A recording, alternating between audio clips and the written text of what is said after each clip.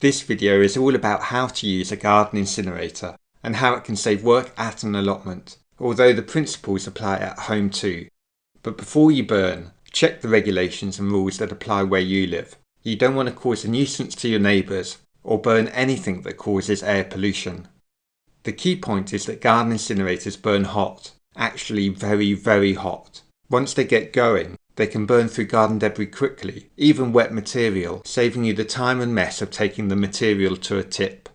If you pruned your fruit trees or fruit bushes, cut down your old raspberry canes, gathered together your Brussels sprout stalks or potato tops that you don't want to throw on the compost heap to avoid spreading disease, bagged leaves in autumn, have old leftover timber from DIY projects, or any other woody matter not suited to a compost heap, then a garden incinerator can be just what you are looking for.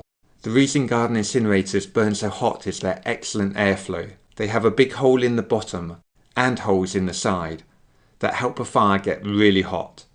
Once they get going, and that is really the key to burning most things, the heat is sufficient to dry out wet matter and burn it through.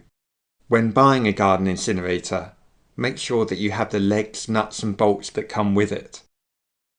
In DIY stores, these things can go missing, and it is annoying to have to go back to the shop and ask for them. Also, don't forget the lid of the incinerator. It does not take long to assemble an incinerator. I started with the legs, which are screwed on to the base of the incinerator using the holes pre-drilled in the bin. The legs are really important to ensure that there is good airflow through the base of the incinerator. My incinerator also had an inner flue which is screwed to the inside base of the drum. The purpose of the flue is to prevent the hole at the bottom of the incinerator getting blocked when you fill it with what you want to burn. This seems like a great idea, but in my bin I found the metal supports quite flimsy so that they can bend easily under pressure, so it is less effective than I'd like it to be. To get a good fire burning, I screw up newspaper into balls and place this at the bottom.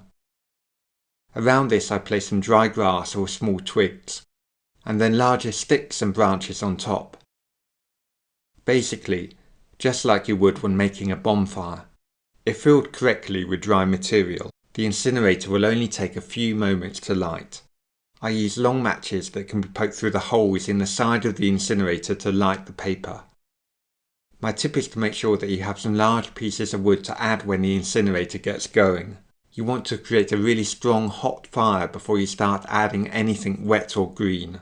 This heat is important to keep the fire going. If the fire is not strong enough, wet material will burn very slowly or even put the fire out completely. If you have a roaring fire in your incinerator, it will burn through things very quickly. Preparing in advance incinerator-sized pieces of what you want to burn is helpful. Otherwise, you may find the incinerator burns faster than you can refill it.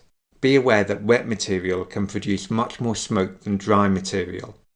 You may want to consider your neighbours, especially if the wind will blow the smoke in the direction of their houses. Finally, a word on safety. These are not safety instructions. You should always read the instructions that come with your incinerator and check any local rules, regulations or laws that apply where you live. However, this is what works for me. I always wear thick gardening gloves, strong boots and have my arms covered. This is to avoid the risk of burns. As the fire inside the incinerator is very hot, so are the surfaces of the incinerator. Therefore I don't touch it when burning. The lid goes on at the end. I don't remove it during burning to add more content. I add new material when the flames have died down sufficiently to avoid any risk of getting burnt. Having a big poker on hand to push the material down into the incinerator is helpful, and I choose a poker that won't burn. I choose the location of the incinerator very carefully. There should be nothing below, around or above the incinerator that could catch fire.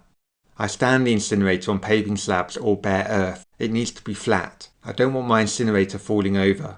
I make sure that nothing is around the incinerator that can burn, including the stack of material that I want to burn.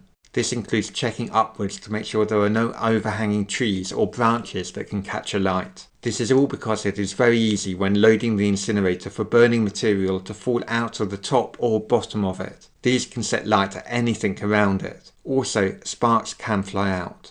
On windy days, these can travel quite a distance. Therefore, I avoid burning on windy days. Also, I will never burn in very dry weather. to avoid any risk of vegetation around the incinerator catching fire.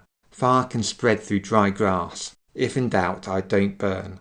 I never use accelerants like oil or petrol. If I prepare the fire properly with dry material, there is simply no need to use them. I like to keep a couple of full watering cans on hand, just in case accidents happen. Lastly, I follow the principle of never leaving a burning fire unattended. An incinerator can fall over or suddenly start to burn much hotter with flames jumping out the top. I like to start burning early when I get to the plot, to make sure I burn what I need to before I want to go home. For more tips on growing your own fruit and veg, visit my website allotmentbook.co.uk. If you like this video, please let me know by clicking the like button or leaving a comment.